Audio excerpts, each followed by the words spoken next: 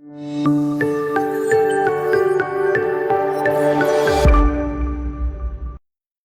evening, everyone, and welcome to day number 403 on our daily updates for the war in Ukraine.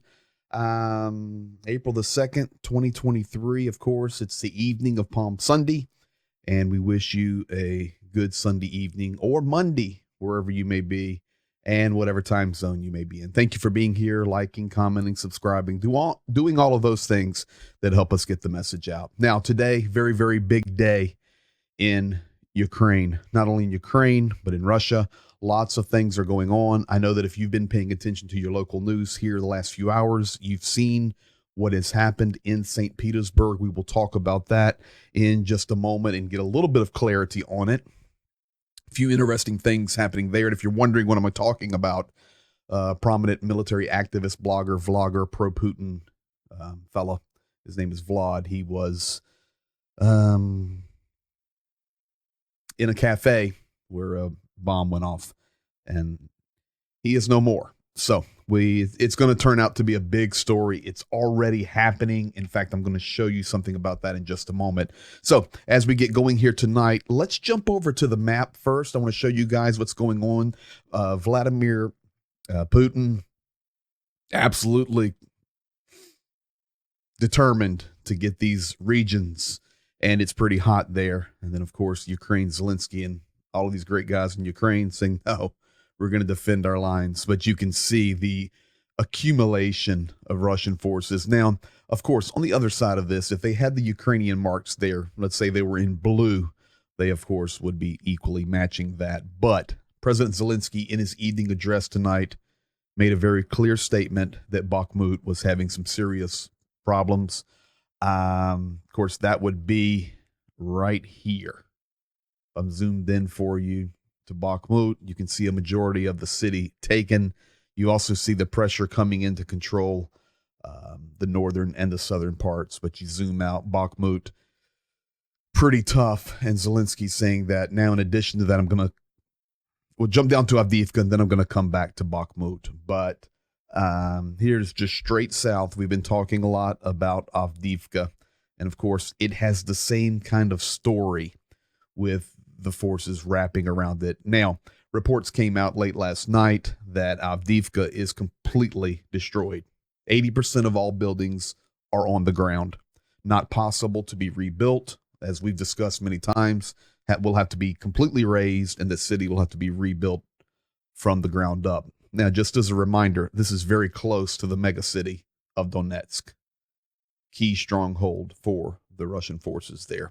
But there's Avdiivka pushing around to the side, Ugledar. A lot of pressure on, I'm going the wrong way. A lot of pressure on Veliki Novosilka. I can tell you, I've been in this city right here. Jane and I both. We've delivered aid here. Some good soldiers there. But Russia's wanting to push that way as well. But Ukraine holding. Kharkiv, where we've been and spent a lot of time. Ukraine holding well. But I can tell you, Kherson, quite hot. Lots of shelling nonstop. People being killed. There's even talks possibly of Russia trying to make some approaches across the bank of the river. But we'll see. Now, I want to jump back over to Bahkmut and tell you that we're getting preliminary information tonight. Find Bahkmut right here. We're getting preliminary information tonight that the Wagnerites, Perosian, they are raising the Russian flag over the administrative building of Bahkmut. Now, this is all preliminary. Usually I wait, but I know this video is legit here. And the reason I know it's legit is because I haven't even had time to translate this. No real reason. I can translate it for you on the go.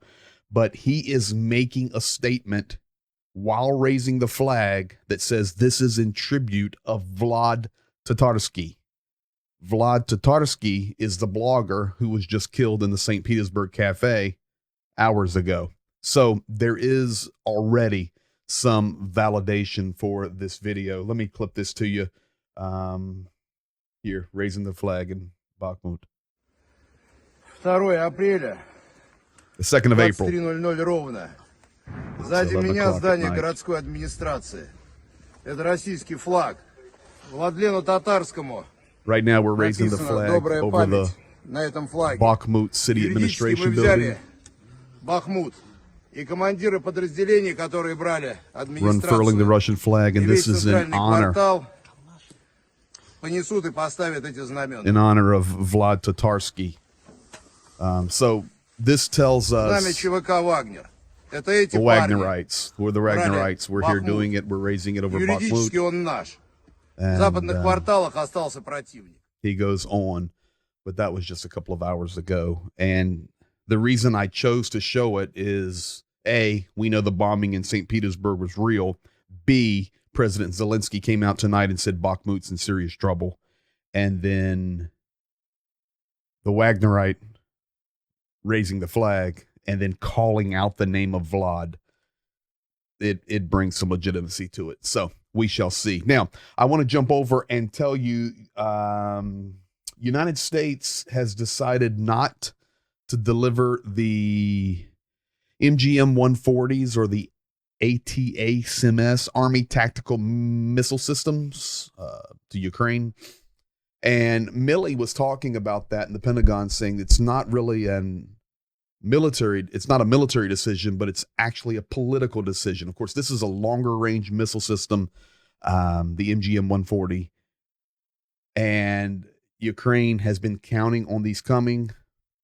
The Pentagon coming out and saying, well, we can offer alternative solutions, longer range drones, but due to the heating up of NATO now, especially with Finland, the rhetoric with Poland, the nukes potentially being stationed there on the NATO border of Belarus, we've got to be sensitive to what we're giving out. So the ATACMS, Army Tactical Missile Systems, ATAC-MS 140s, they are not coming. Now, of course, Russia continues to ship gear in, and this is going to be a little bit of tongue-in-cheek, but this is verified, folks. Hundreds and hundreds and hundreds of these are coming out of deep storage in the east, and they are already working their way in Ukraine. And you may ask, what is that? Well, the U.S. is not giving the ATAC-MS, ATACMS military systems, missile systems, but Putin's loading his boys up with some 1953 Stalin specials. This is crazy.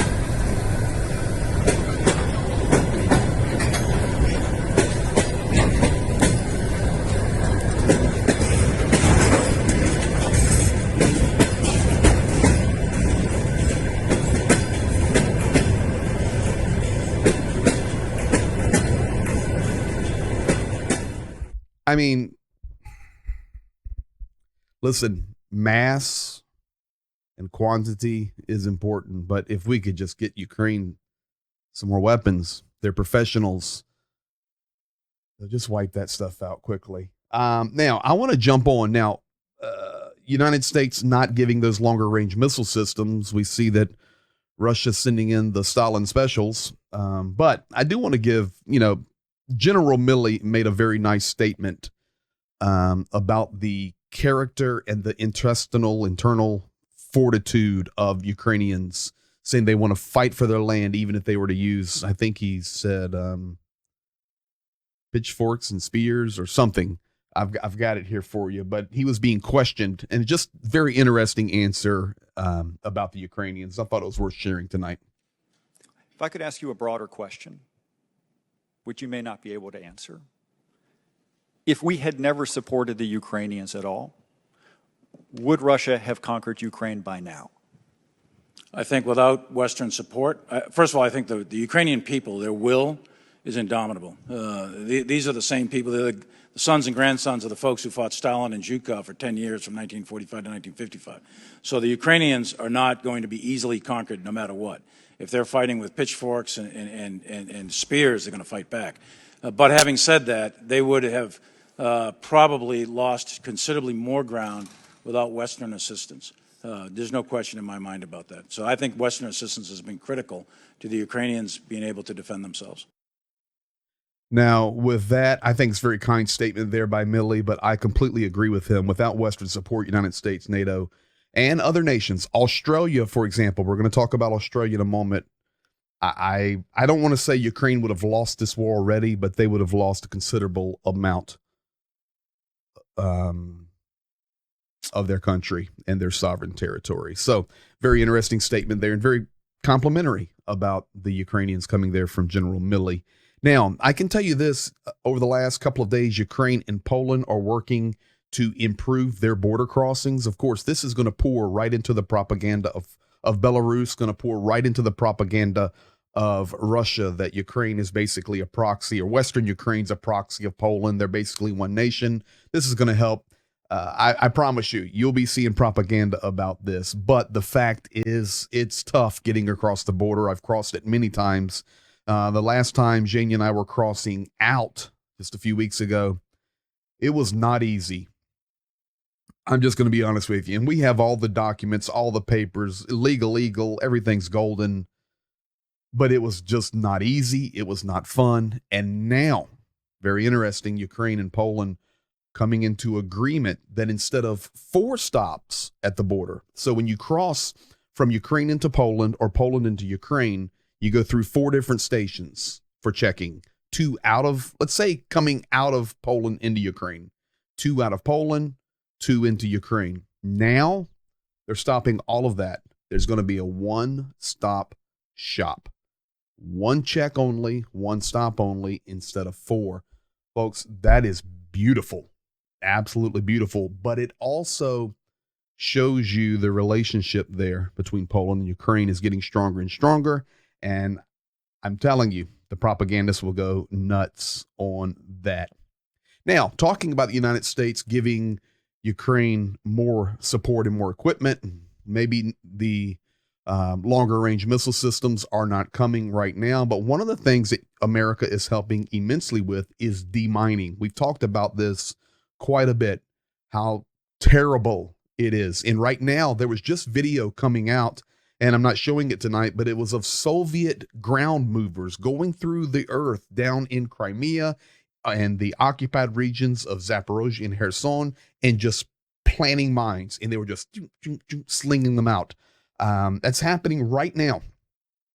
Probably right this minute while you're watching this stream, mines are being slung. It's very, very tragic. But the United States has given Ukraine, I believe they're called M58 demining systems, where they launch out this explosive rope or this rope, and it drags back, and then it sets off the mines that would be on that particular line. Of course, this takes forever to do.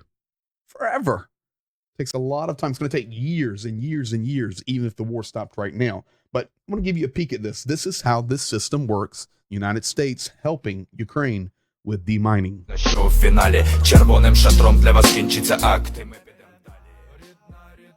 So you can see how the rope goes out, and then they drag it back. That's exactly what the terrain looks like. You see the smoke there? Just keep watching. Bam. It just set off a mine. Now, could you imagine, folks? Can you imagine being a farmer? You're riding your tractor across, and boom. This is such an important thing. Many videos we have shown you in the past where we're on the roads there on the front lines, and the land will be marked with the tape. Typically, it's red and white, and it'll say mines. You do not play with that. It's not a joke. You stay right where you're supposed to stay, and that's how everybody makes it through okay. So very thankful for that system, multiple systems there being used for demining. Now, jumping over to Vlad Tatarsky. We already have talked about him a little bit in regard to the flag potentially being raised over Bahkmut in the city administration building. Vlad,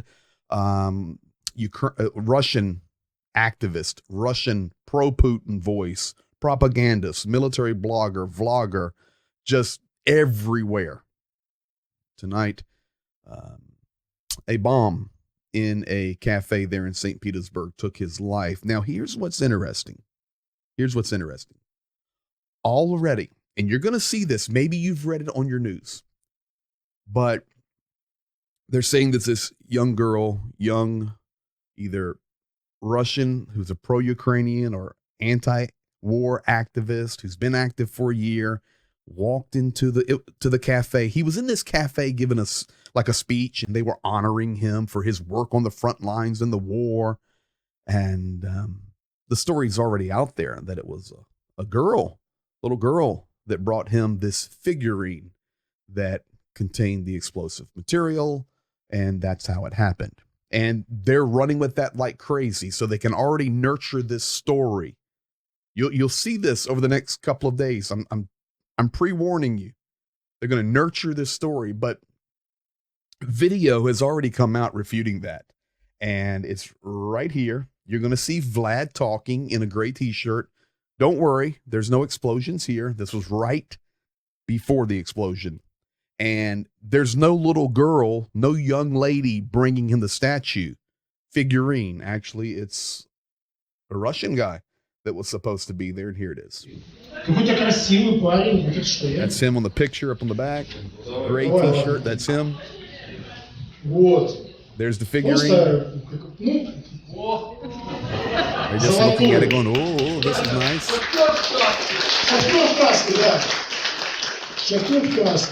Wow, what a cool thing.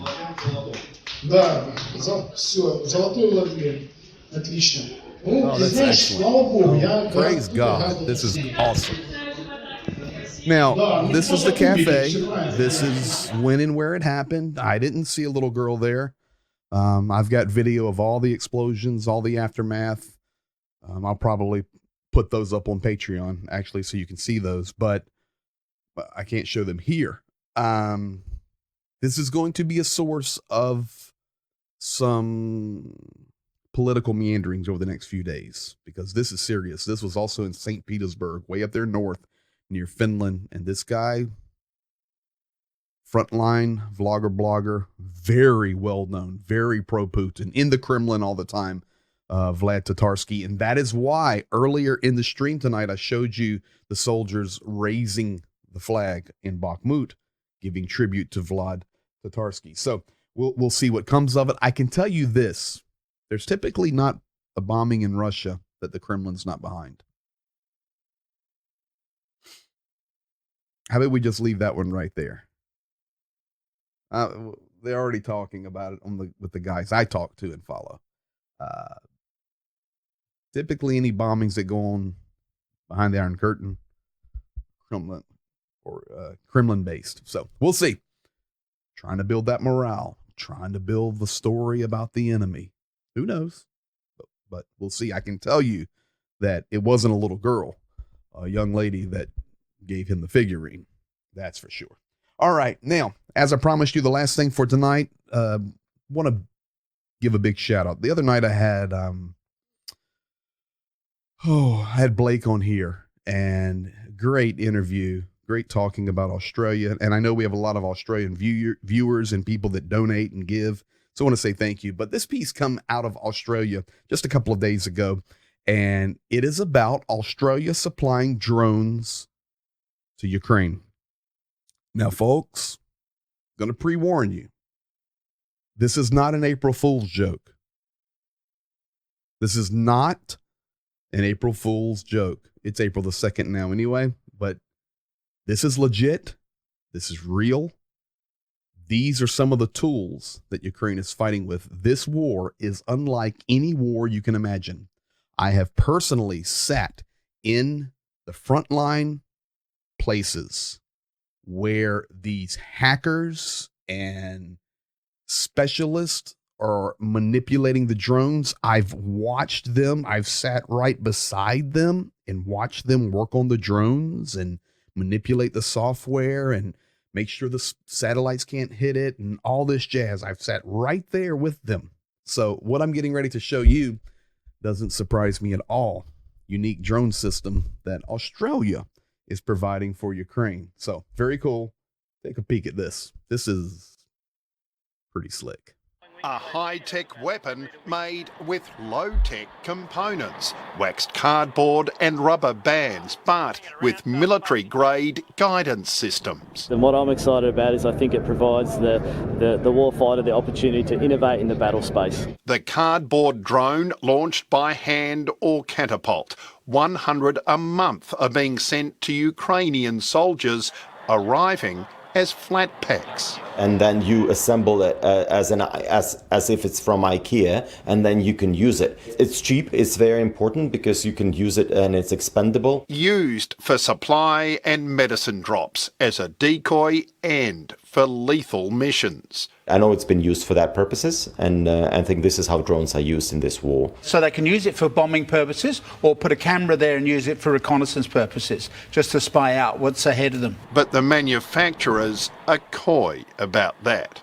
Operational sensitivity, we can't talk too much about how it is being used. According to the government, a boost to the defence industry's international reputation. This is an example of Australian ingenuity. And the Defence Minister says his department is now investigating whether there's a role for these cardboard drones for the Australian Armed Forces.